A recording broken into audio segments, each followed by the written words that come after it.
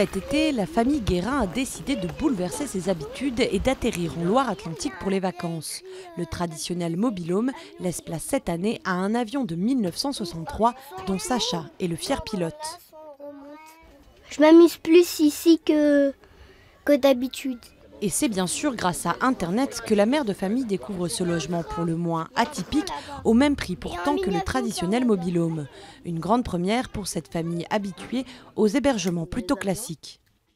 J'ai vu ce camping avec l'avion et donc je vais le montrer aux enfants qui ont tout de suite adopté l'idée. Et là, je leur ai dit, par contre, c'est en Loire-Atlantique, on a plutôt l'habitude de partir dans le sud en vacances. Et ils ont dit, c'est pas grave, ça va être trop bien, ça va être trop bien. Attirer une nouvelle clientèle, c'est bien là l'objectif des professionnels qui proposent des hébergements insolites. Grâce à ce wagon de train de 1928 posé sur des rails, Georgette, 64 ans, met pour la première fois de sa vie les pieds dans un camping. Il nous fallait quelque chose pour que les enfants ne s'ennuient pas. Donc un wagon, ça a été le coup de foudre, quoi. Et le fait que les enfants puissent aller à la piscine, c'est sans danger, c'est familial, donc on n'a pas peur. En 2001, quand il s'installe sur le terrain, le propriétaire propose 25 emplacements.